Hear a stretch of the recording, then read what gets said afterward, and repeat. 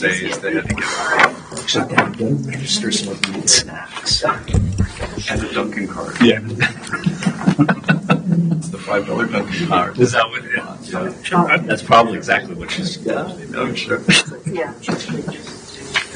You figured out how to motivate them. Great. Welcome to the regular meeting of the Summers Board of Selectmen. This is Thursday, September 18th, 2025. We're in the auditorium.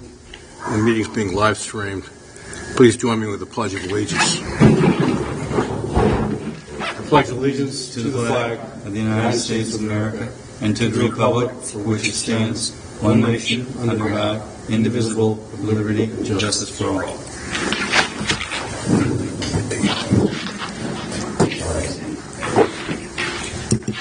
Roll call. We have Selectman Schmidt on my left, Selectman Meyer on my right.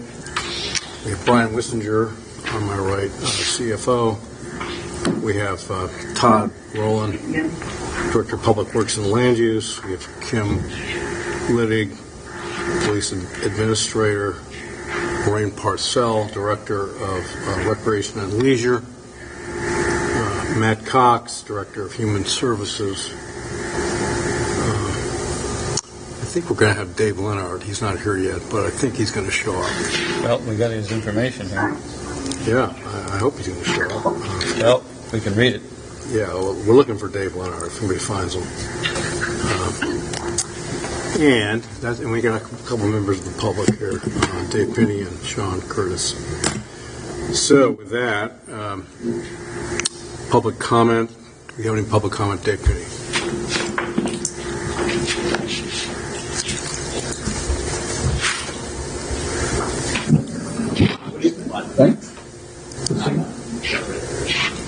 There it is. By the way Robert's rules work with regards to public comment, just to ensure you understand, we do not make there's no discussion. We receive information. That's it. Okay? Understand? We can't talk to them. That's correct. No ways. Look at No, I'm just correcting a problem we had before that wasn't addressed. Glad you're on top of things. I was trying to be very polite at the time, but I'm not in that mood right now. Okay. Go for it. Okay. I'm here to talk about the Summers 250 Ad Hoc Planning Committee. Good to have you here.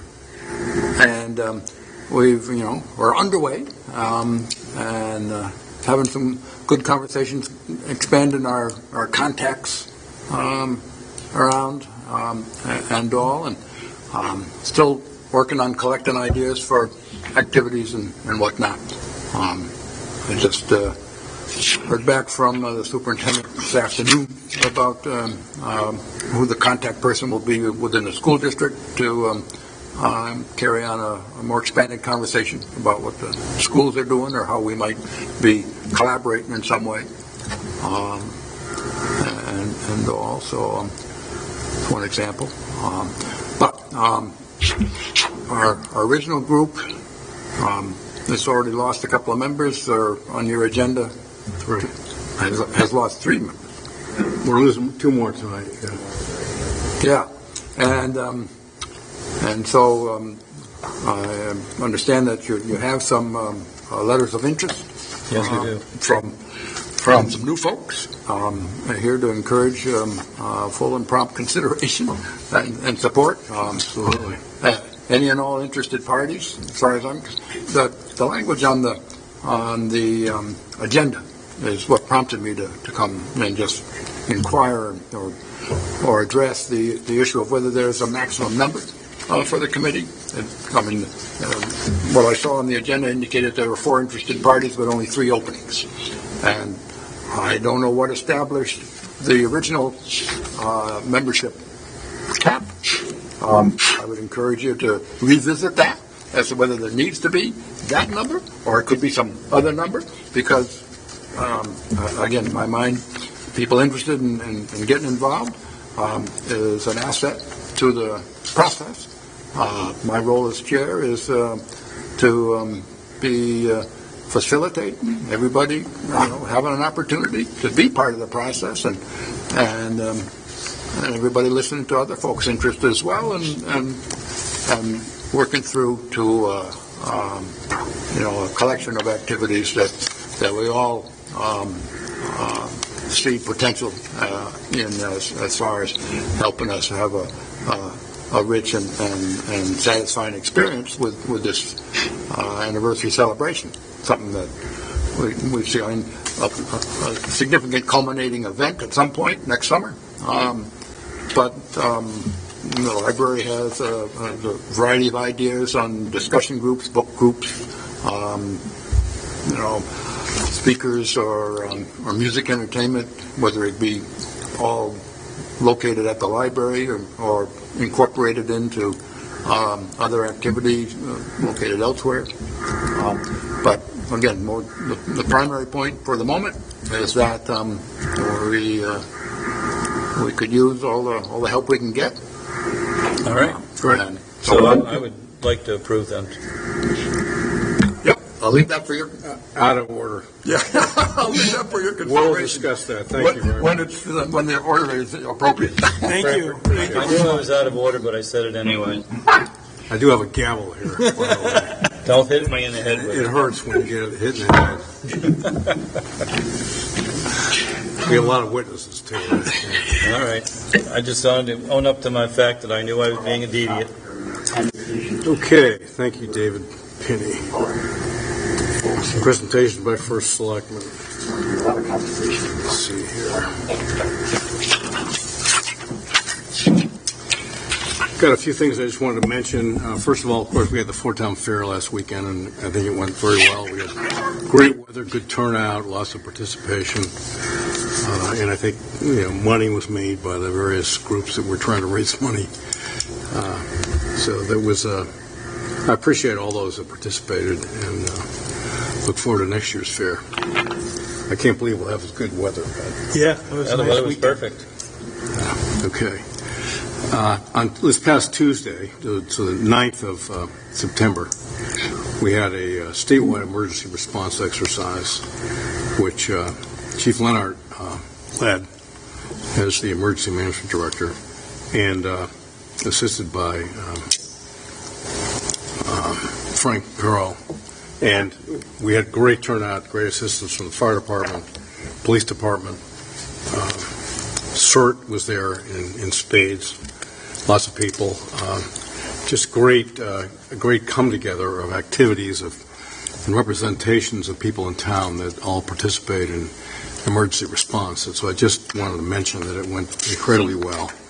Best one I've ever seen. And the good news was we got in and out in less than an hour and a half.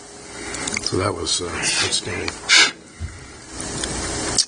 Let's see, on the 15th of September, that's right, this past, was it Monday, they started the Where Angels Play. As you probably know, there's a play yard for children being constructed in Somersville, next to the old Somersville Elementary School. It was on TV. Yeah, it's been filmed a couple of different days. They've had different news people there. A lot of people in town are not aware of it, though, as a matter of fact, even though it is on the website. And this is, of course, to commemorate the loss of the 4 Koropatkine children in the fire on January 3rd. Was it last year, right? Last year, right? Yeah, here before. Right. And so on the fair that we had on Monday, they must have had between 40 and 50 volunteers from, I think, 14 or 15 different states, including states like Tennessee and North Carolina and Maine. And it's an impressive group. And the Jersey Mike's, the sub shop, particularly the one in Enfield, has gone out and raised over $70,000 to support this as well. And this is their 71st playground that they've paraded around the country. That's great. They did one in Sandy Hook too. They really they know what they're doing, and there's a great display of cooperation and volunteerism. And there is a ceremony coming up, a dedication ceremony this Sunday at 10:30 in the morning at the playground that they've created. Looked good. In I saw it Somersville. on TV yesterday. It looks great. Hopefully I'm going to have some grandkids come to my house soon and get to use it, so that'll be great. That'd be good. Also, just wanted to mention that on the 2nd of October, as we stated at our last Board of Selectmen meeting, we have a town meeting planned for considering the tax reduction for the elderly and disabled, where we're trying to increase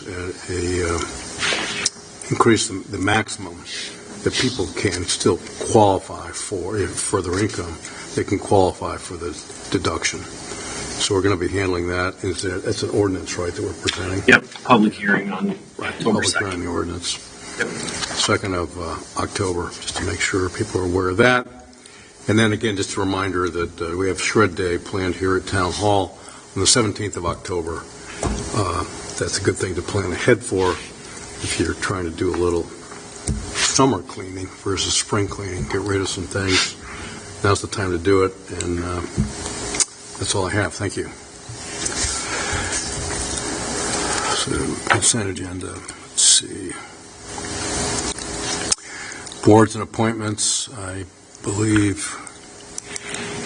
Let's see. We have resignations before us. Okay. One is to accept the resignation of Scott Sutter from the American Ad Hoc Committee, the Summers Ad Hoc America Committee, 250 Committee, Planning Committee, effective immediately. Mr. Sutter just submitted his resignation a few days ago, and he's got too many things on his schedule and just can't make the meetings, so he doesn't want to make the commitment. He said he's available, though, if the committee needs him, that he might provide you some pretty good ideas in the future, so keep that in mind. So first we have that, and we want to have a motion on that. Yeah, I'd be happy to make a motion to accept the resignation of Scott Sutter from the Summers Ad Hoc American 250 Planning Committee, effective immediately. Second that. Any further discussion on the motion? Hearing none, all those in support say aye. Aye. Aye, motion passes. Thank you. I'll make the next one to accept the resignation of John Parks from the Summers Ad Hoc American 250 Planning Committee, effective immediately. Second that. Any further discussion on the motion? Hearing none, all those in support say aye. Aye. Aye. Next, we have appointments, because now we have 3 vacancies, and the original ad hoc committee was put together with the thinking that 10 was a sufficient number. We're always interested in volunteers, and I'm sure the chairman is as well. That's what he said. And I think that, I think that 10 is the number that the Board of Selectmen voted on originally, and that's what I think we should stick with. That's just my point of view. So I would like to consider the 3 or 4 candidates that we have that are before us. So that is section... No, I'd like to approve all of them, to be honest with you. Okay, well, would you just wait until we talk about, we're going to talk about who they are and what they're saying, basically. So the first one we need to consider is Jan Martin, who, in her letter of August 10th, she's taught American literature and from a historical perspective to sophomores in the Summers High School for several years. She's enthusiastic about American history. She's also been involved in the Summers community for 53 years, community service. She's currently on the board of Friends of the Summers Library and involved with their fundraising efforts. And she's also been a member of the board of the Summers Board of Education for several years. I can't tell you exactly how many, but at least 5 or 6. She said, I know schools well and would welcome the opportunity to have our students involved in this celebration. She also is the chairperson of the Fellowship Committee of the Summers Congregational Church, and she's held that position for 5 years. Just mention who the candidates are. Another one is Giselle, Genesee, Giselle Janice. Is that Genesee? Is that how she pronounces it? that's the way I pronounce it. Well, I think it's Janice, but I hate to disagree with you. Well, I'll have to call her up and ask her if I'm mispronouncing her name, because I know her personally. Well, excellent. Okay. She says this email, this to Kim LaFleur, an email, says, please note that I would like to be a member of this America 250 committee. I'm not sure what you're looking for, but I'm sure I have the qualifications and that are needed to be a part of this important group and to represent an important subset of our community. That is her letter. Next candidate is Greg Smith, who is he says, regarding the 250th celebration, he's a graduate of Summers High School, firefighter EMT for the past 22 years in Summers. He's a retired, wounded combat veteran, worked with the U.S. Marine Corps, and would like to serve. He's a deputy chief in the fire department, too. He's one of the leaders. Yep. The fourth person is Mr. Michael Dieter, who is assistant principal at Mayville B. Avery. He says, my position affords me a unique perspective and an opportunity for our summer scholars to participate in celebrating America's 250. He says, I have full support of Dr. Galloway, superintendent of schools, and that's that. So we have, we should probably do this. Someone want to make a motion? I'd like to nominate them all, personally. Well, I think, from my perspective as first selectman, I think that we ought to be filling three vacancies we have, we ought to be filling, and then we started with 10. And if they're always looking for volunteers, and people want to volunteer their services to the ad hoc committee, that's fine. Pedigree, I'd make a motion to appoint Jan Martin, Greg Smith, and Dr. Michael Dieter to the ad hoc committee to fill their vacancies. I'll second that motion. Any further discussion? Hearing none. All those in support of the motion say aye. Aye. Aye. Motion passes unanimous. Thank you.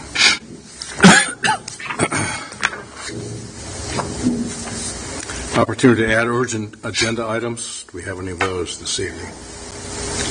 No. I don't think we do. Thank you. Finance, transfers and appropriations. None tonight. Great. CFO's finance report. Nothing much has changed since the last meeting. Really hasn't been new to it. That's good news. We're moving right along. This is awesome. It's only been 2 weeks. It's only been 2 weeks. I have to make a motion for the payments. Scheduled payments.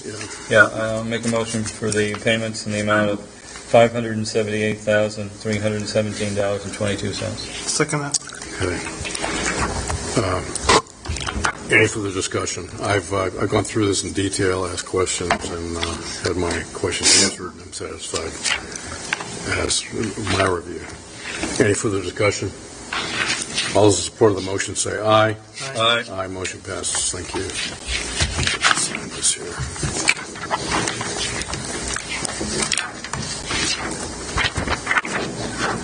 Let's sign that.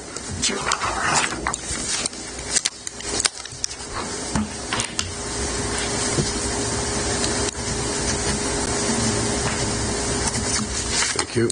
Yeah, you're welcome.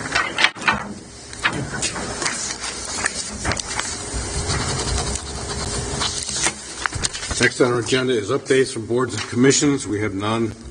Pending business, we have none. New business. Chief Leonard had a staffing request.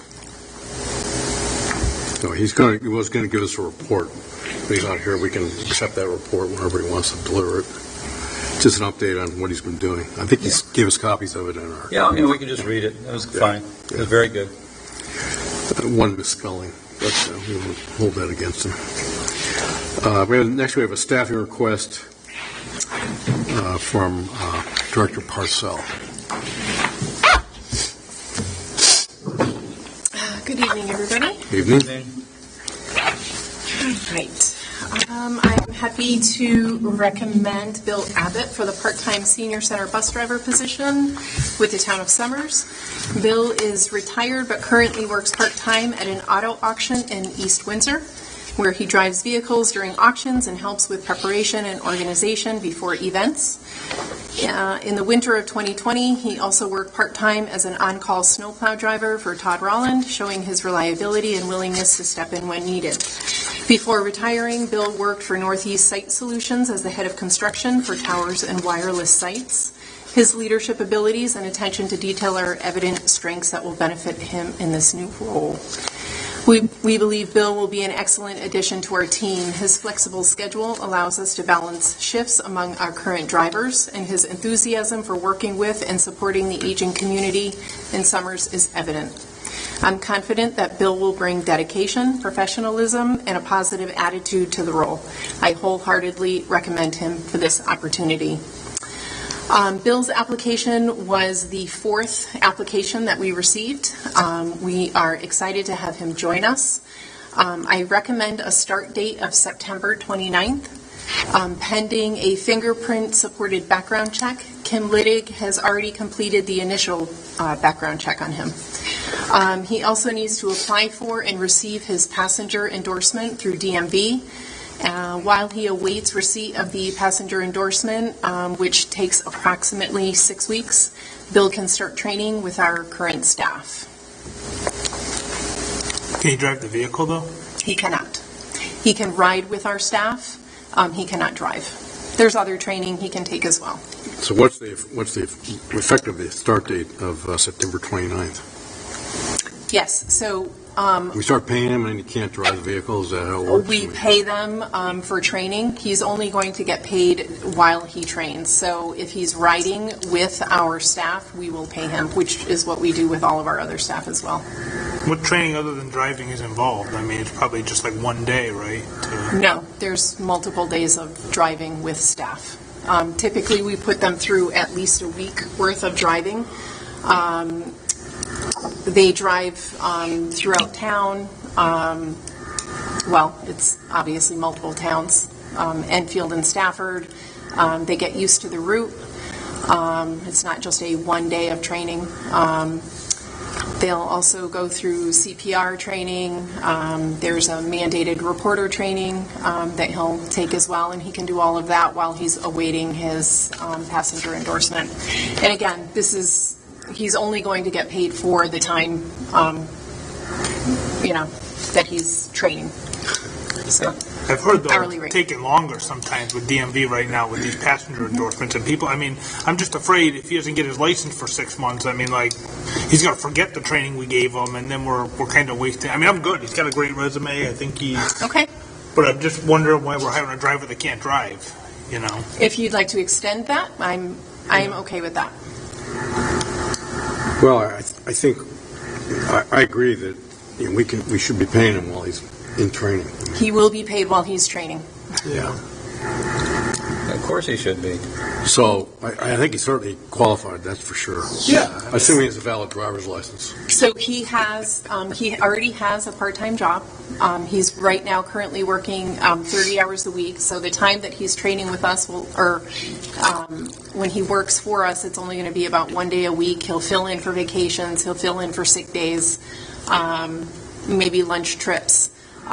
So the days that he'll train with us may only be 1 day a week. He can fill in on Fridays. He can drive on Fridays, or not drive on Fridays, but he can sit with the driver on Fridays, which will be his normal route. Maybe it won't be every Friday, but he can at least get used to the route. Right. How long is his probationary period? 6 months, same as everybody else. But I mean, like we're not going to start his probationary period until he can drive, right? Once he had his license, yeah. Well, I'd happily recommend him. So we need a motion. All right, I'd like to recommend to hire Bill Abbott for part-time senior center bus driver position at $18 an hour. Start date to be determined by Maureen. She mentioned September 29th. September 29th, is that what, okay, I'll say that, September 29th. I mean, I think we should make it contingent on getting his license within the next 60 days or something. I think we'll have to come back to the board if he doesn't have his license in the next 60 days. I mean, that's more than, that's 8 weeks. I just don't want to make this open-ended and then he doesn't get his license and, you know, we have a problem. You What do you want want? to push the start date to mid-October? That's fine. Well, I just want to make sure he's going to pass the test. I mean, I assume he will, but you can never... There is no test, it's an application. There is no test, it's an application only through It's a DMV. background check, a $60 application fee, and then you wait for DMV to do it. It's typically 6 weeks. Yeah. Okay. Fine. Okay, all those in support of the motion say aye. Aye. Aye, motion passes. Thank you, Maureen. Thank you, Maureen. Thank you.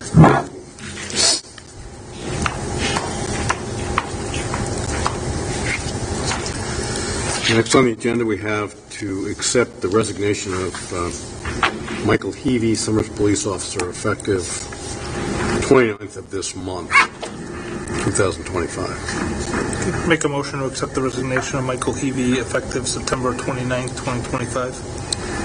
Second? Any further discussion on the motion? I did talk to Officer Heavey earlier in the week, and he's got a job where he's going to be working at Western New England College. He's very happy about that. And so he's got a place to land. Very good. All those in support of the motion say aye.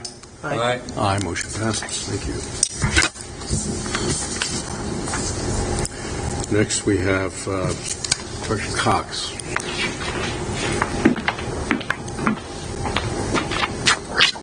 Good evening, folks. Good evening. Good evening. I'm here to propose that we sign the agreement with Bonnie Wayland Smith Consulting for program data evaluation work that would begin October through the following September in support of our Drug-Free Communities grant. She's worked for us for about 3 years now. Also administers the Youth Voices Count Survey for us, although that's a separate contract. Some of the things that she does for us, so she's created a data tracking tool that helps align with our progress reports through the Drug-Free Communities grant, helps us connect and compare her data and analysis with others available in the community through the state and national, so we're able to really get current data on where we are in Summers with student youth substance use. And as I understand, she's been instrumental in allowing you to meet the requirements of the grant. Oh, definitely. Yeah, definitely. You've done a great job. Yeah, She's good. Bonnie's She's really good. She's good. I mean, I'm fine with this. The funds come from the grant itself. I think we've all had experiences with her and have been impressed. So. I mean, are we going to have an update? It's been a while since we've had an update from the coalition. I mean, I don't think we've met the new prevention coordinator. I don't think she's been in front of the board at all. Oh, no, I'm happy to bring her. Okay. Yeah, maybe in the next month or so, you know, if we could, have an update, some of the work and... Yeah, no, we've got some good things going on. Okay, I make a motion to approve the scope of work for the drug-free community for the evaluation technical assistance services provided by Bonnie Wayland Smith Consulting and authorize the first selectman to sign the agreement. And the amount's $12,000? Yes. Second that. Any further discussion on the motion? All those in support say aye. Aye. Thank you. Motion passes. Thank you very much. Thanks, appreciate it.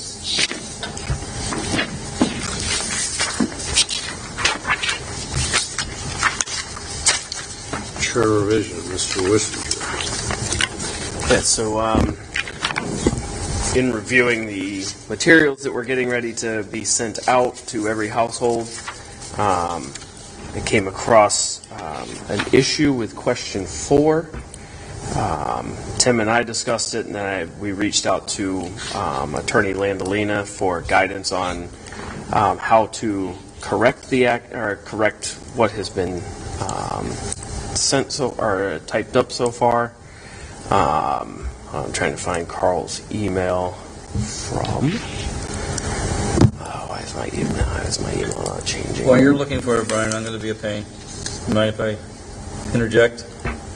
right ahead. All right. My wife was on the Charter Revision Commission. I talked to her about this recommendation, and it says here in the Charter Revision Commission's information that they were handed out that recommended changes have to occur within 15 days of the final public hearing. The Board of Selectmen may recommend changes in the Commission's draft report. 15 days. Well, since we approved this in August 21st, 15-day period has expired. So, just telling you. So, like I said, we reached out to Carl and talked to him. He didn't mention anything about the 15 days. His response was that he's reviewed Section 6.7 of our charter, which is what this chapter discusses.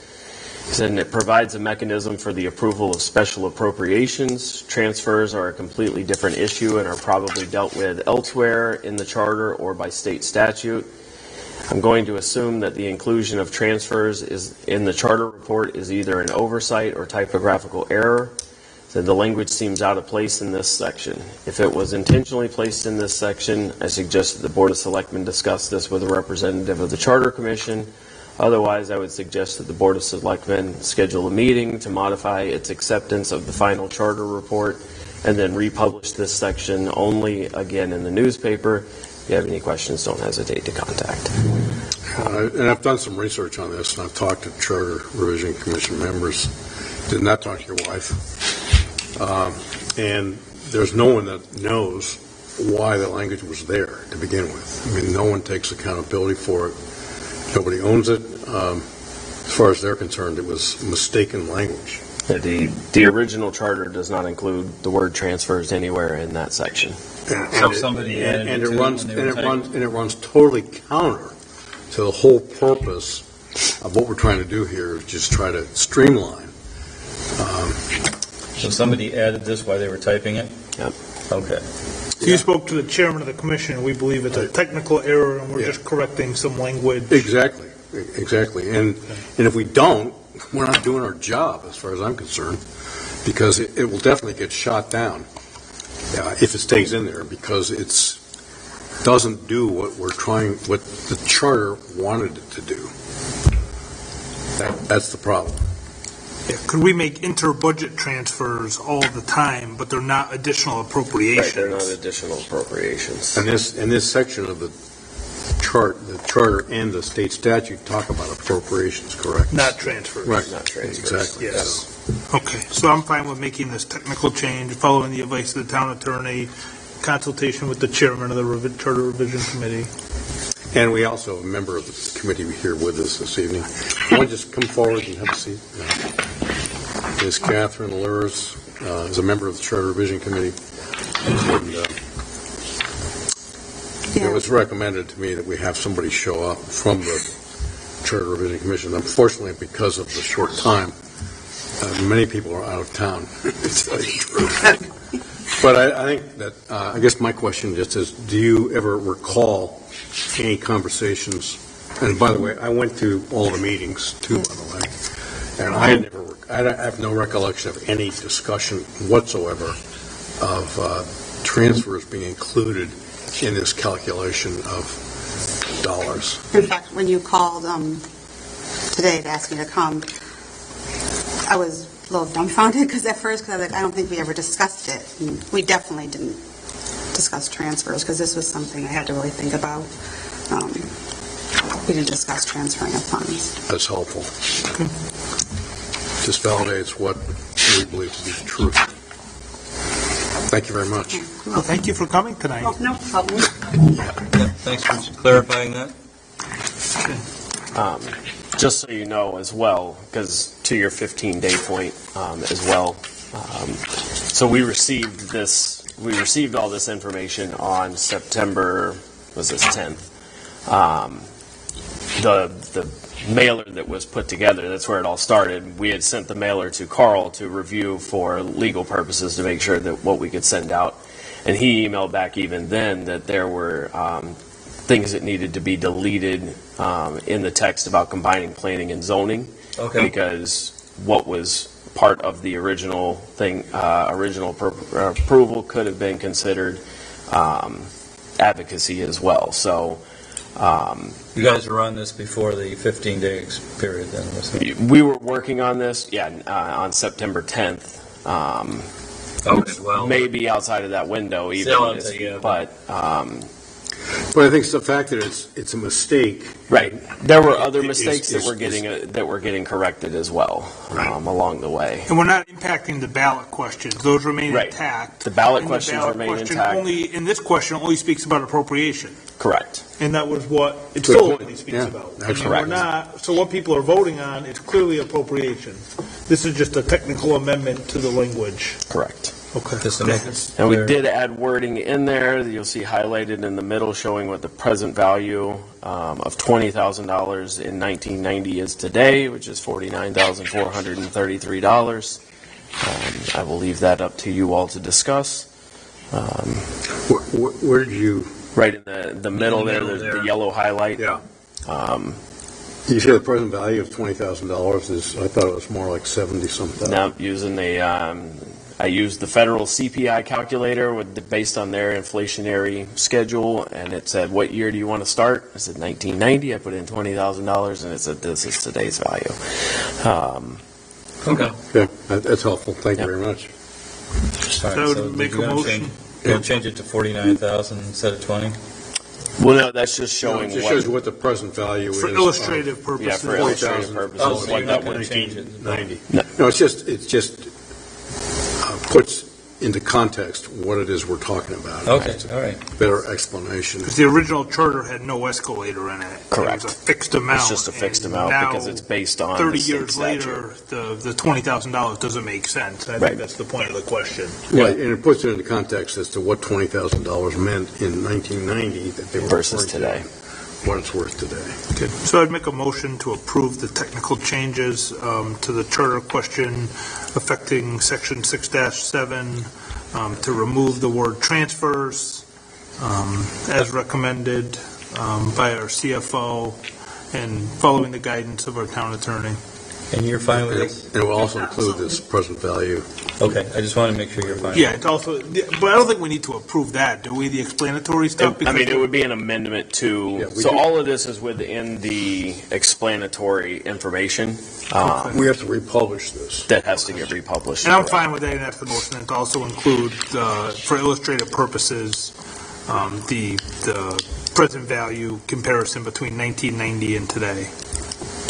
Great. I'm sorry, what was your name again? Oh, Catherine, last name's Lurs, Lerz. Catherine Lurs? Lurs? Catherine Lurs. Thank you, Catherine. Oh, you're welcome. We need a second on the motion. I'll second it. Any further discussion on the motion? Hearing none, all those in support say aye. Aye. Aye, motion passes. Thank you. Next is discussion, review, and possible action on the proposed salary survey. Mr. Wissinger. Oh, look at that. It even did an intro I didn't even know about. All right. I printed out new copies for you guys because what was in your packets got printed in portrait format. Now So, I got two. yep. So, I Yeah, figured- actually, I just want, it's preliminary, I just want to give you some information. So I think that we've been talking about a salary survey ever since this board was seated, I think, almost 4 years ago. The whole purpose of the salary survey was to look at the fact that we all understand that salaries for employees in Summers are lower than they should be. And we're looking for some way that we can fairly and rationally address that issue. One of the problems we've had is that we've had to address individual situations which have put us in a bind because of the fact that they were individual situations and not taking into consideration all employees, and which is why we encourage the salary survey. We also have had two HR not directors, two HR Assistants. Specialists. they call it, HR specialists, review this and work on this comparative analysis, which Brian has very appropriately picked up and completed. And the whole purpose of this is that we have a pretty strong team of employees in the workforce for the town here in Summers, and we want to keep that team to the extent we can. And one of the best ways of doing it is to show acknowledgement and action for the problem of the fact that salaries are on the low side and need to be addressed, particularly in a salary survey with other like communities. And that this has been going on forever. This is unprecedented, by the way. This has never been done before. Lisa Pellegrini, 15 years ago, talked about how she wanted to do this, but never did it. And they say talk is cheap. You can talk about it all you want, but they never did it. And I think it's incumbent upon us as a Board of Selectmen to complete this and to acknowledge the fact that this is indeed helpful to what we're trying to accomplish, and that is a fair and reasonable approach to what positions should be paid in the town workforce. And another concern is that people need to understand that we're not talking about the performance of any individual employee, whether it's good, bad, or indifferent. We're talking about funding the position. And the biggest concern I have, and I've addressed this in the past, I've had to address it, is the fact that when someone leaves, in order to find a replacement, invariably, we've had to increase the salary to attract that person. And then you add not only to the salary, but also benefits, of course, are included. And it just, it puts us in a very difficult position. So I think the key here is to develop a structure that will support as a foundation those positions that we currently have on board, and will hopefully encourage people to think twice about leaving to go somewhere else. I think it's a great idea, Brian. I'm glad you put it together. It's really well done. My question is... Can I go through it go before ahead. we ask any questions? Please do. Can I ask one quick question before you start? If it's about the data, no. All right, forget it. Go ahead. I haven't got to it yet, so I can't get there. All right, go Don't ahead. steal my thunder yet. I had to tell Maureen the same thing. So the purpose of this, as Tim said, was to study and compare salaries for all positions in the town of Summers versus similar towns, to determine shortfalls in positional salaries, to look at the position or similar positions without the human element involved, and to determine a recommendation, if any, to salary adjustments for staffing town-wide. I came to you guys in either the end of July or early August, somewhere around there, to verify that the towns we had chose were comparable and were satisfactory with this board. Those towns were Ellington, Hebron, Mansfield, Stafford, East Windsor, and Tolland, all of which are geographically in our area, with the exception of Hebron. Hebron is a physical comparable, with them being roughly the same size and population. Yeah, sounds good. Over the course of the presentation, we'll go department by department and discuss each position. The position will show the town of Summers' current fiscal 26 salary and the comparable town salaries for each position. If a town did not have the exact position, a comparable position will be shown. So first up, finance department. We're the money people. We'll go first. As you can see, we have all the towns listed here. Our salaries are all at the top of each table. Could people see that from where you are?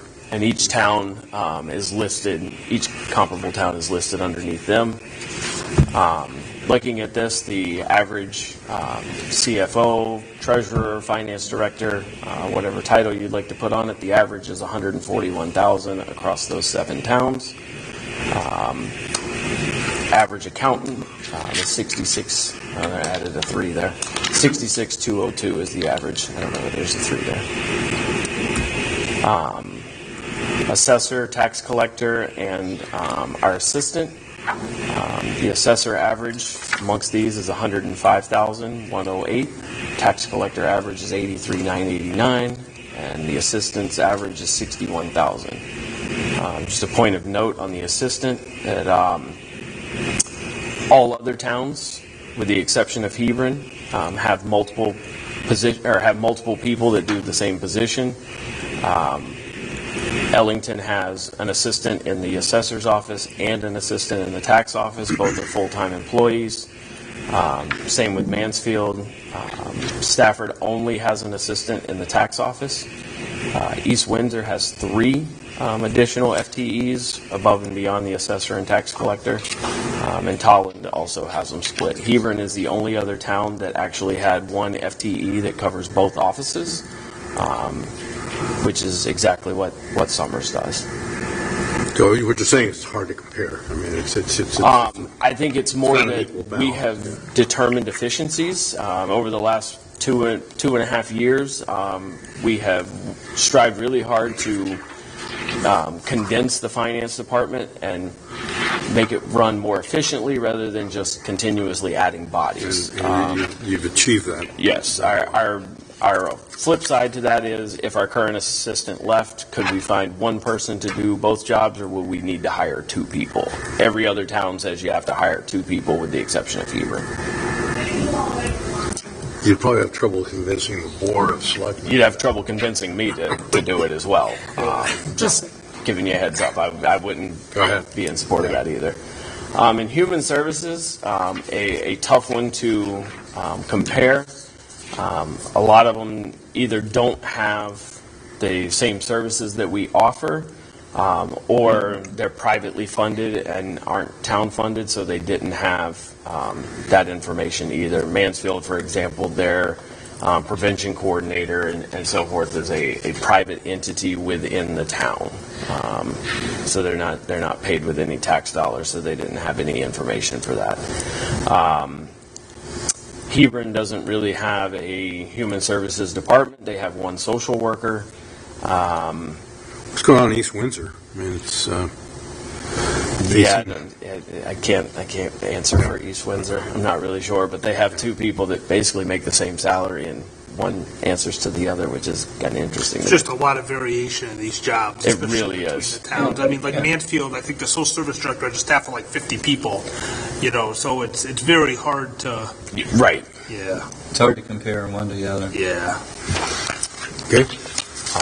In the library, the only one not shown here is East Windsor. East Windsor does not have a publicly funded library. Their library is private, so they weren't on the list. As you can see here, the average director is 94,162, and the average full-time librarian is at 62,785. Those are all the full-time librarians. There's 12 positions total in this. The naming conventions do vary in every town. Ellington and Stafford didn't report any additional staff beyond their full-timers. Mansfield and Tolland have 3 full-time plus the director. Summers has 4 full-timers plus the director. Hebron was the only one who reported on any other part-time librarians. Brian, not to interrupt you, but with the number that you were asking for, at the end, where would that money come from? We'll get to that. Okay, that's what I'm more interested in than each of these departments, to be honest. Based on what Hebron's paying, they're going to be giving their people raises very soon anyway because they're below minimum wage as of January 1. So whoever's making $16.35 in Hebron giving you a raise and you don't know it. And I think Brian's presentation shows you that we looked at every position here and carefully considered how they related to other communities that had similar positions. The police department was a tough one because other towns are all, administratively wise, they're all run by their resident trooper office. Us in Ellington are the only ones who have a full-time person who actually handles all the office work, scheduling and verifying of timesheets and scheduling of road jobs and so on and so on. And I'm sure Kim Littig's job description is 5 pages long, and I couldn't repeat it all. Our animal control, everybody again varies the way they handle it. Mansfield and Ellington both have full-time staff. Stafford, I believe, is also a full-time, but not 40 hours. I want to say it's a 30-hour full-time. Our three are all on call with various on-call hours. Hebron is on call, and they pay $500 a week, and Tolland's the same way. They're on call and have a set schedule, kind of like You're going to have a real hard time with animal control. Oh, yeah. They don't work the actual time they're on Right, call. they're on call. So, I mean, yeah, that's a tricky one. It is. It is. It's any idea how much we've spent on the animal control personnel over the last couple of years? I could get that information. It's per person, and it ranges. Our lowest one is probably around $8,000 a year. Our top one is probably about $22,000 a year. Collectively, it's about I'd say it's probably in the $65,000 range a year. But they only come in when they have a call, essentially, and then they take care of the animals. They're on call for 4 hours a day. Yeah. I believe Stafford does 5 hours a day. Yeah. But they're not actually. Correct. They are assigned cell phones. 2 of them. Yeah. We have one that's Monday. So it's like a paid call type of thing, which is different than working. Yeah. Yeah. Correct. Okay. Our full-time officers, again, Hebron has 5 full-time officers. You can see they're very much in our range. Stafford has 4 full-time, also very much in our range. East Windsor has 3 full-time. They're on the lower end. East Windsor is 100% union.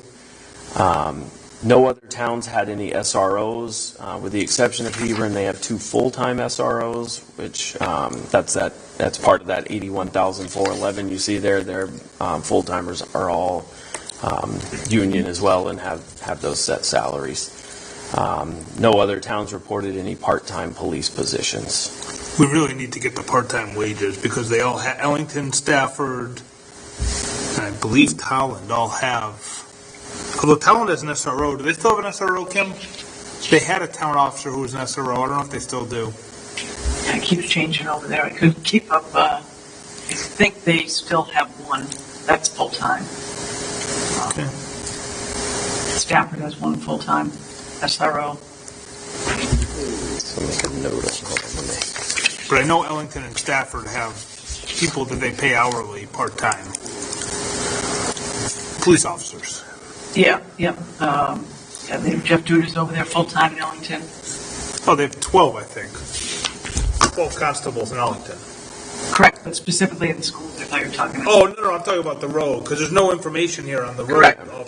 Our part-time officers are all required to work 12 shifts a month before they can even, work the road jobs for Ellington. I really don't want to speak on their rules, but it's a lot less than that for a patrol position, for a part-timer.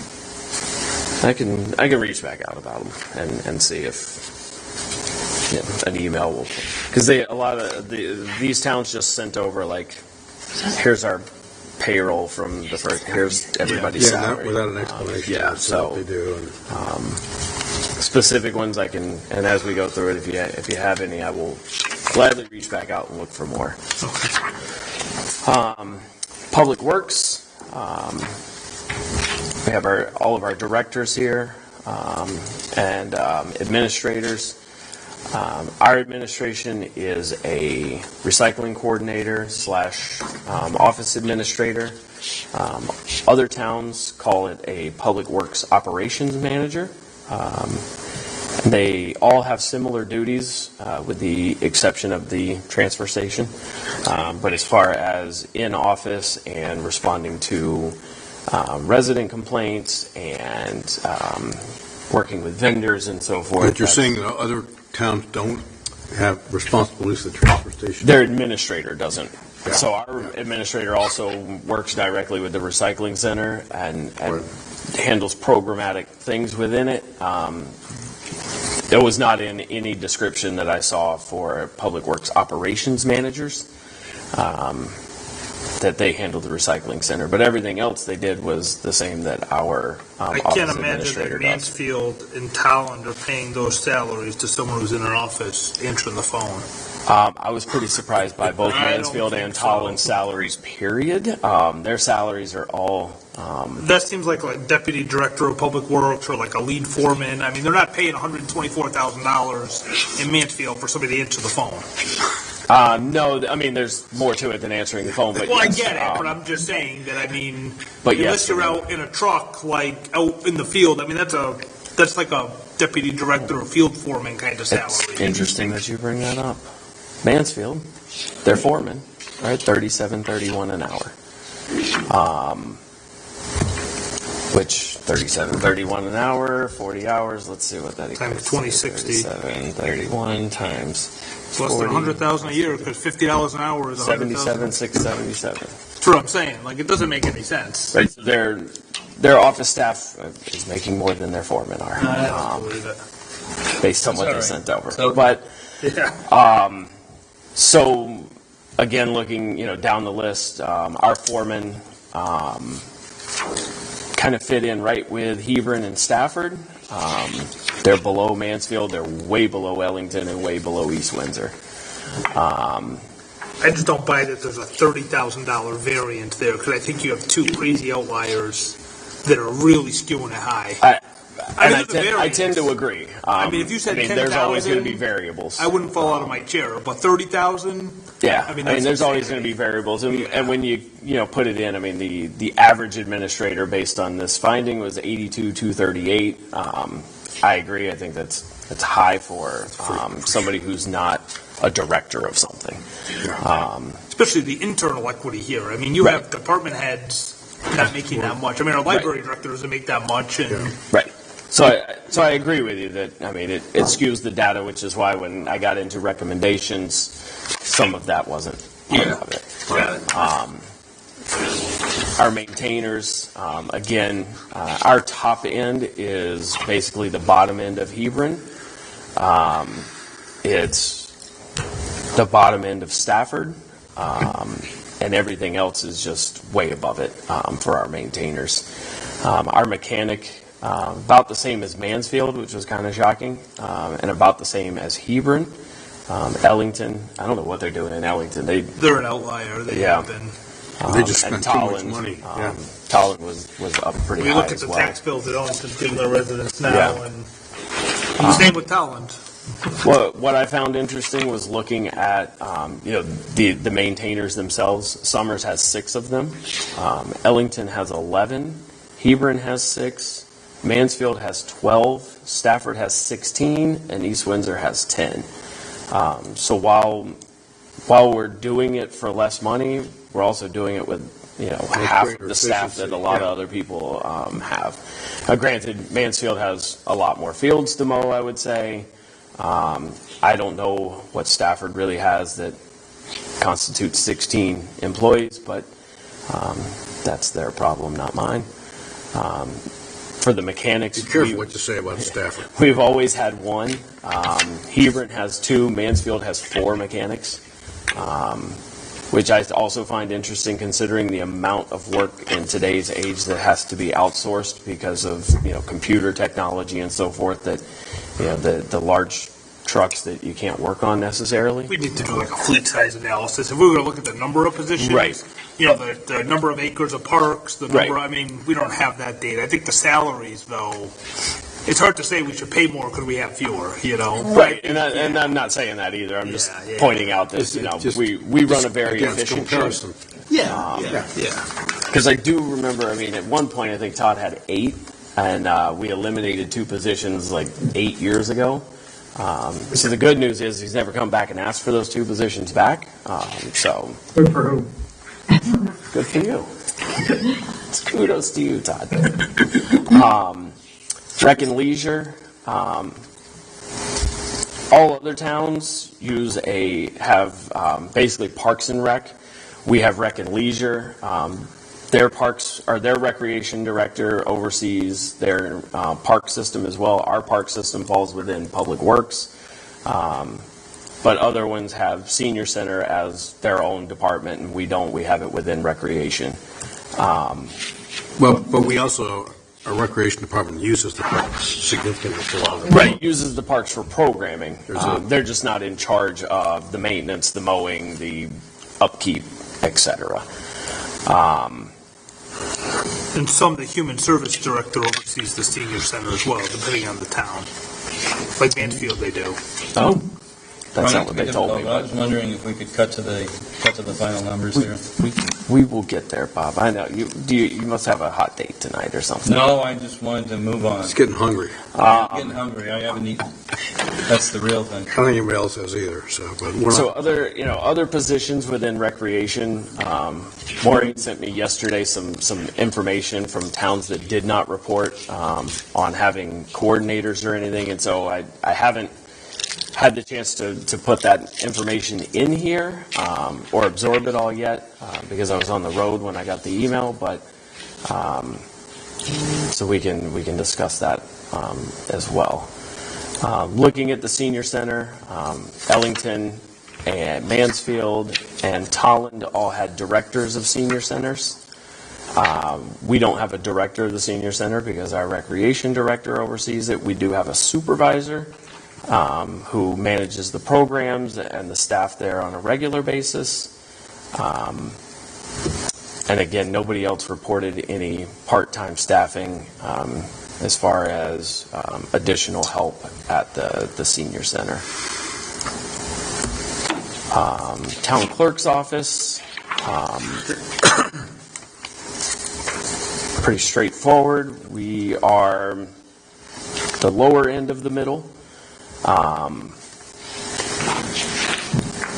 And as far as the assistant goes, East Windsor's the only other one that had a part-time employee. Everybody else has full-time staffing in their office. East Windsor's part-timer is at $22 an hour, and that's just based on the union contract that they're a part of. I think you need to acknowledge that we have a bargain with a part-time employee not getting benefits, whereas assistants in other towns, except for East Windsor, are full-time employees with benefits that increase expense significantly. Land use, our building official is basically at the bottom end. Tolland's the only one above it. In our defense, our building official is new and has never been a building official before, so I would say that that's a fair entry level. And as experience and so forth grows, I think the position should as well. Zoning officials, most places did not have a direct zoning official. Most places had either a full-time planner that handled zoning as well. Hebron did not utilize a ZEO at all. They just have a planner that handles everything. In the executive office, the first selectman, our first selectman is at the top end of that pay scale. I'm sure he doesn't want to hear that, but he is. Their administrative assistants, in our situation, an operations director. I mean, there's only 3 comparisons of our first selectmen. Correct. I mean, East Windsor's within a couple $1,000s. Exactly. And Stafford's low. So, I mean, it's hard to say that we're Right. high because literally there's 3. Right. We're right and none there. of them, and East Windsor's the only one that's been in office the same amount of time. Yeah. And Ellington is not a full-time position anymore. It's just a stipend since they have a town administrator. I mean, I think it's a bargain for full-time to get a chief executive. Oh, I agree. Only making $104,000 Oh, a I year. agree. And then All right, we're move on. beneficial here, or we've got benefits here. But for comparison purposes, I put the town administrator in there so that It's helpful. we could see as we head into the potential Next for year. November. Right. So to give us an idea of what that is. So recommendations. Within town hall, excuse me, the assessor is currently at $90,000. A bump to $97,000 would set that position more in line with the average. The accountant, adjusting that to $65,000 would do the same. The assessor and tax assistant, a $5.56 an hour to move them up to $31 an hour, would adjust that and put them closer to the bottom of the list. Town clerk, a slight adjustment up to $78,000. The assistant town clerk, an adjustment up to $30,50. Within public works, the director, adjusting that to $120,000. The recycling coordinator / office administrator, adjusting that to $62,500. Both foremen, a $2 an hour increase from and adjusting their salaries as you see there. The mechanic would be a $3 an hour increase. And the maintainers would all be a $3 an hour increase as well. The transfer station would be a $1.50 increase for those three gentlemen that work there. In the library, the director would adjust up to $90,000. You'll start to see a pattern here.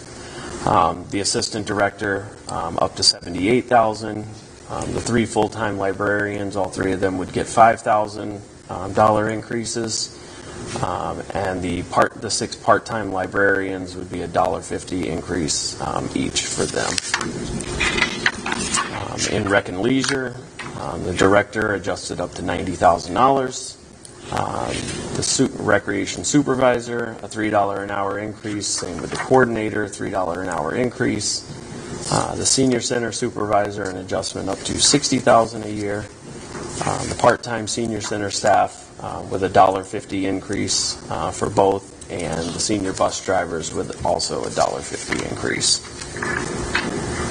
And then the other positions, the police administrator, up to $84,000, an increase up to $84,000, and the director of human services, an increase to $90,000. So looking at the total recommended changes, the current salary pools for each one of those totals just over $2 million.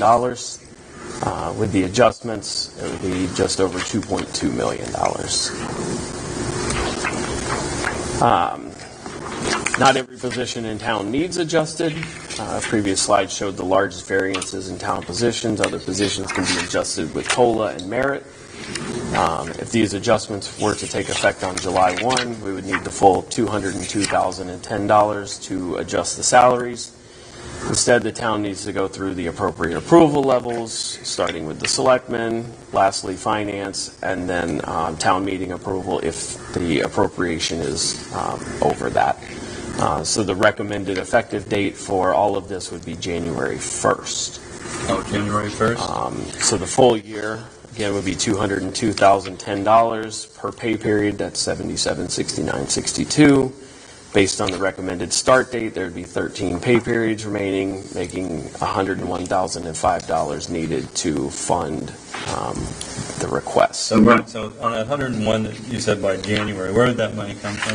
That's 2 slides away, Bob. Okay, I'm sorry. Fiscal year 27 would recognize the full increase in salary line items of $202,000, so it's a built-in 2.17% increase to the town's portion of the budget before we begin the budget. This also is before any COLA or merit adjustments that would be part of the fiscal 27 budget. I would estimate the town budget to increase by approximately 5 to 6% on our town line item with other increases. So Q&A. So what you've been waiting on. I support the what you're doing, and I would like to see the increases very much so, and I appreciate all your hard work. Thank you. So maybe you can just give some idea where we would come up with funding to support what I put together earlier today. I was kind of combing through the budget. We have. Zoom in a little more. Yes. Because I don't have this. Yeah, no, I didn't print any of this. Now I can see it. Okay. Perfect. So we have $36,882 remaining in the human resources line item for the position that has yet to be filled. which we decided to put aside at our last Board of Selectmen. Yep, which we tabled at the last. Because we were just at a higher priority. Yep. I spoke with Kim Littig today and looking at historical trends. We believe we have about $20,000 left in the state police budget line item. Last year it was $40,000, but we did reduce the line item. So we feel we have about $20,000 in there that we could transfer out. I also talked to Todd Rowland about the transfer to road maintenance. Since we're doing so much with bonding, we could dial back $25,000 of that $225,000 transfer and only transfer $200,000. Those three combined would give us $81,882, with the cost being $101,005. The variance for appropriation would be $19,123. So what does that mean? It means we would have to ask the Board of Finance for a $19,123 Okay, all right, appropriation. that would be from the Board of Finance, okay. So, questions? Do we have this in our, That sheet, no. could you send it out to us? I will. I And was. could you put a note that on there that about the 19 would have to come from the Board of Finance? It says variance for appropriation. That's All right, could you do that? Yep. All right, I just want to, since we didn't get that. Yep. No, I support it. I think it's great. I'm glad you spent all this work, and I certainly support your efforts and your goals. Well, these aren't my goals. These are, I think what we're trying to do here is be proactive versus reactive. Yep. And we've been in a reactive mode for the last several years, and I think it's hurt the town, and it's hurt our ability to have credibility with our workforce. Because we talk about all the things we want to do, but we're not doing it, except on a case-by-case basis, and very painfully at that. And I think this is the right way to go. And of course, the question is how do we pay for it? And I think Brian's told us a lot about this fiscal year and what we would be looking at for next fiscal year. And I support it.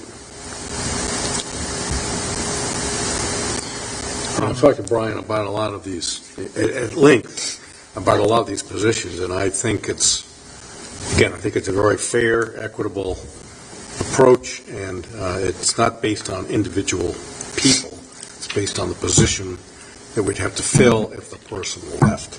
No, I think it's important. We just have to get competitive. We really do. And admit that we obviously our goal here is to retain our current workforce. Yep. Which I think is admirable. They do a great job. We're constantly told that, but unless we pay them appropriately or pay for the position appropriately, we're going to have a heck of a time trying to fill the position if someone leaves. You get more money somewhere else. Yeah, we have to reward people for what they're doing. And also there's another issue that we haven't considered, which is the benefits that we provide as a community. I think our benefit package is richer than most communities. 4-day work week, generous health insurance, paid time off. I mean, it's very good. So at least we do something right. So yeah, just a few comments. I mean, I like your comprehensive approach. I think your comparison towns are good. I agree with the first selectman. I mean, I think our prior approach, which everyone knows I was very much against, cherry picking individual people to bring them in front of the board by directors, I'm totally against that. This is comprehensive. This is what we needed to do. I guess a couple questions for you. Number one, does this cover every employee? So, I'm very concerned about our hourly police because they were left off of this. Maybe Kim Liddy could come forward too and maybe answer some questions about what we've done for police over the last couple of years. Yeah, the last 2 years we've done the $1 an hour plus the COLA. So we've made a lot of efforts over the last 2 years to bring police up. But they're making like $30, $31 an hour. And I mean, we're going to have someone working in the assessor's office making much as a police officer. So we have, let me pull that up. Our police department right now, our entry level would be at 31 for the vacant positions. Our SROs are at 31.75 and 32.78 respectively. And then our other guys are 32.78 or 37. Plus, they also the SROs get the don't replace anything. The two SROs get the $2 an hour shift diff. So this is just base salary. So they're 31.75 plus the $2, so that effectively 33.75 and 34.78. And then the evening employees also get the $2 an hour. Full-time and part-time get the two. Yeah, as well. So I know, and as far as base salary, I get what you're saying. There are other incentives for them that they're making. I don't want to discount the work they do. I mean, they're by going to be any some of means. the lowest paid town employees if we make, I mean, Public Works, we're going to have people in the library, we're going to have people here in the assessor, the clerk's office, making as much as our. Did they also receive retirement pay, by the way? How does that work? The full-timers. Full-timers. Yeah, the full-timers are in the pension plan. After 5 years. No, well, After 5 years of retirement, is that Yeah, how they're it in the works? pension plan. the full, yeah, the When do they Yeah, vest? the two full-timers. but every They town vest after employee. 5 years, well. full-time here at the town. Yeah, the part-timers don't get, I mean, they get sick time benefits, and that's what they get. I'm very concerned about the equity internally and externally. I know when we looked at it, I mean, I think the armed security guards in Enfield make $35 an hour, and Correct. they're not even sworn. Correct. So, I mean, I don't know how we're not building in here like a $2 an hour raise for the police. We're taking care of every other employee, and we left the police off. I mean, that seems pretty wrong to Wait, me. you want to just give us a brief Yeah, I know, history? you know, we What tried, was done like over the you- last 2 years You said, for the over police? the last 2 years, we've added the $1 an hour just to try and get up to, surrounding towns to retain and to attract candidates. And, same with the shift it for the SROs, the $2, which we, the armed security, whether it was Ellington or staff, were higher than our sworn police officers. So that was definitely a concern. So that was passed last year. But those our security SROs. personnel don't do road jobs on the side, Correct. which could some bring in 30, 40, 50, 60. So right now, as of July 1st this year, we're in our second year of the third year of the agreement with Ellington and Stafford. Our officers make $67 an hour on their road jobs, and the town gets $34. So we're charging $101 to the vendors right now.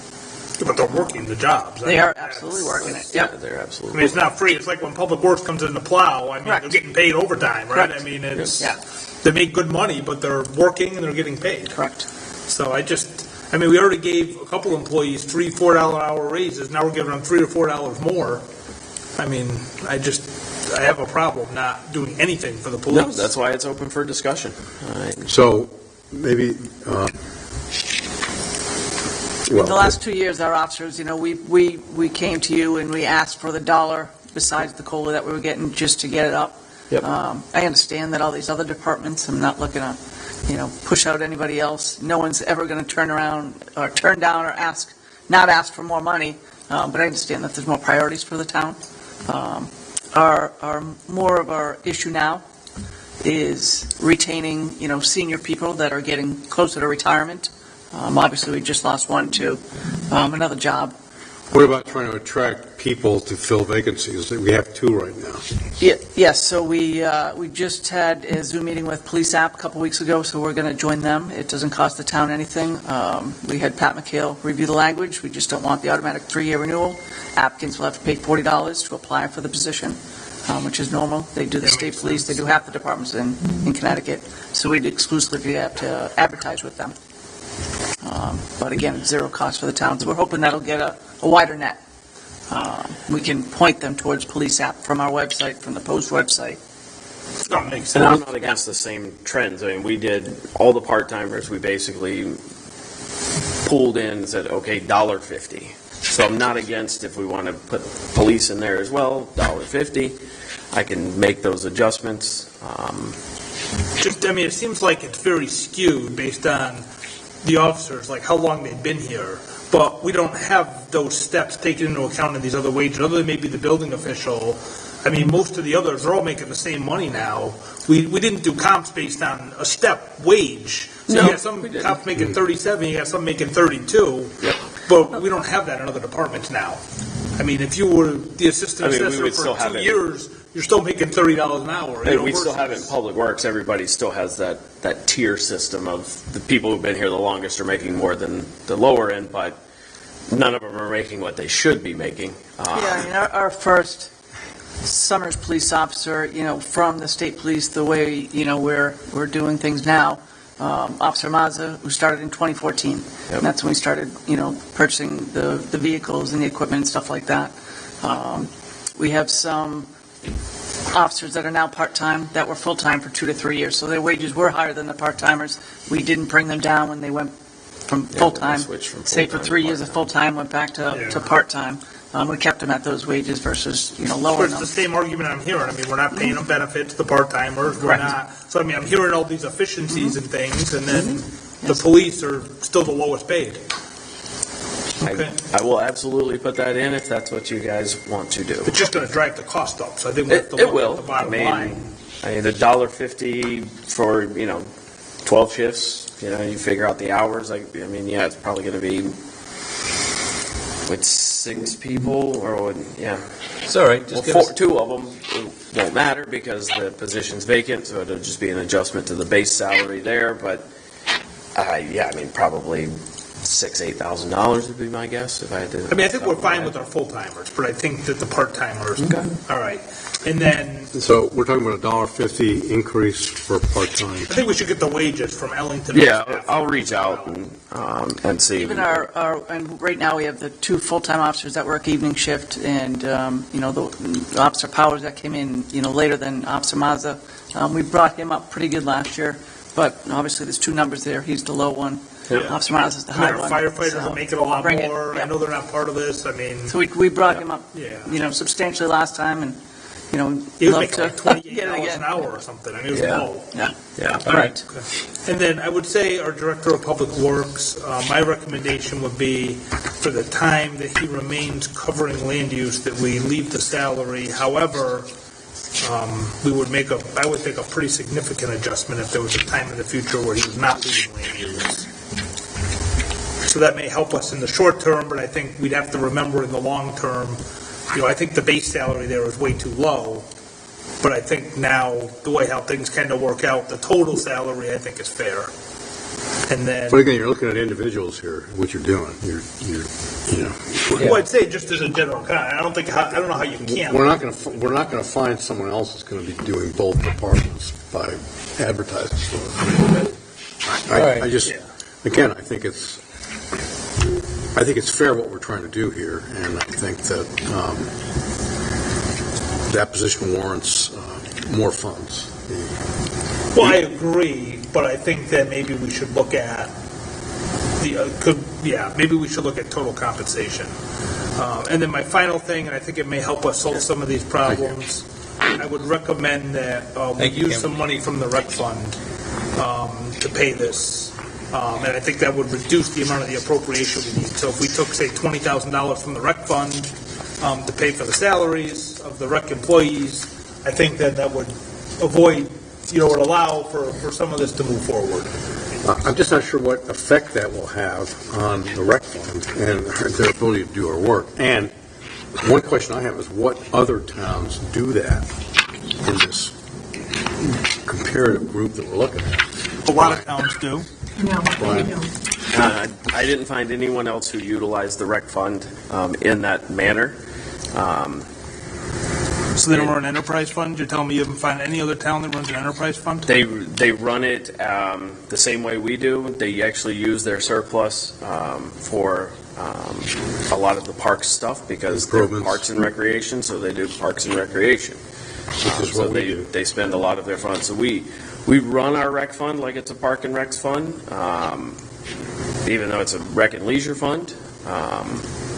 But yeah, I didn't find anywhere else other than programmatic expenses. Everything else they put back into either new programming or they put into capital. What towns did you look at? These 6. So like Mansfield, for instance, runs their rec center. Yep. And you're telling me they don't use the revenue from that rec center to pay the salaries of the people that work there? They're all paid by the general fund.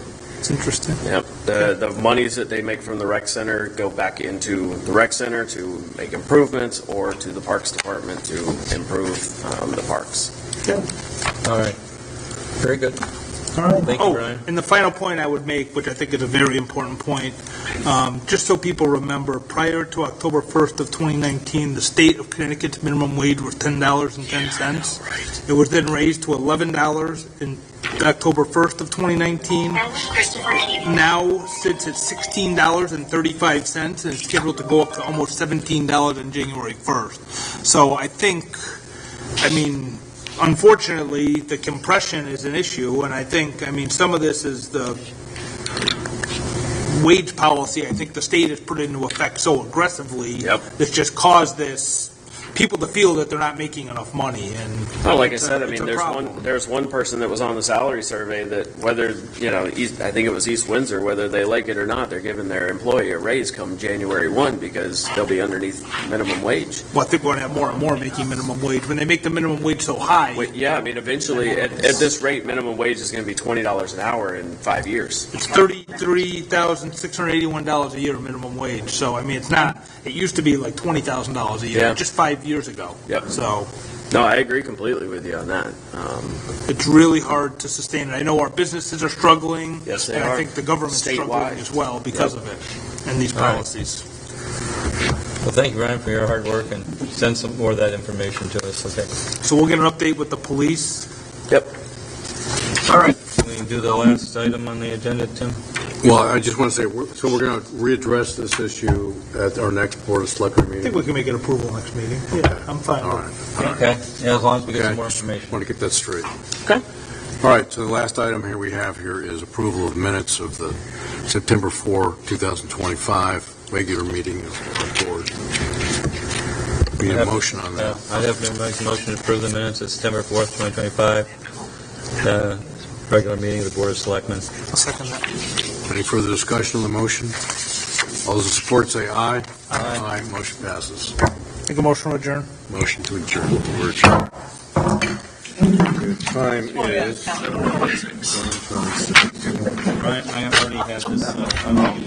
These are all sticky. Look, I have to sticky ones, and I woke up this morning.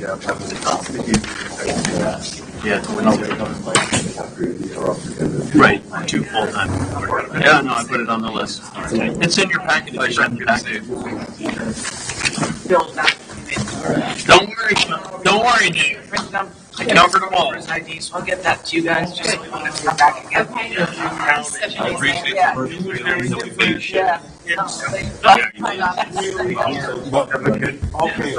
Yeah. We all appreciate it. That's why their mill rates went third, whatever. It's Elm, too. Yep.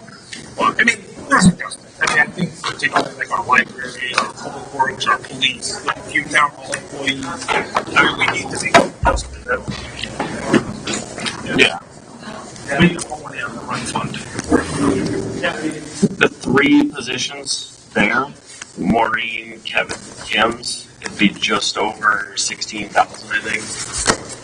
Yeah. All the other ones are senior center Well, people. it's now a town meeting, we wouldn't need to hold a town meeting, we wouldn't need to, Well, hopefully the town meeting issue is going to be different. Hopefully, by the time all this went through, hopefully that would be changed as well. Yeah. I couldn't believe that what Selectman Schmidt was telling us about how you can't change anything.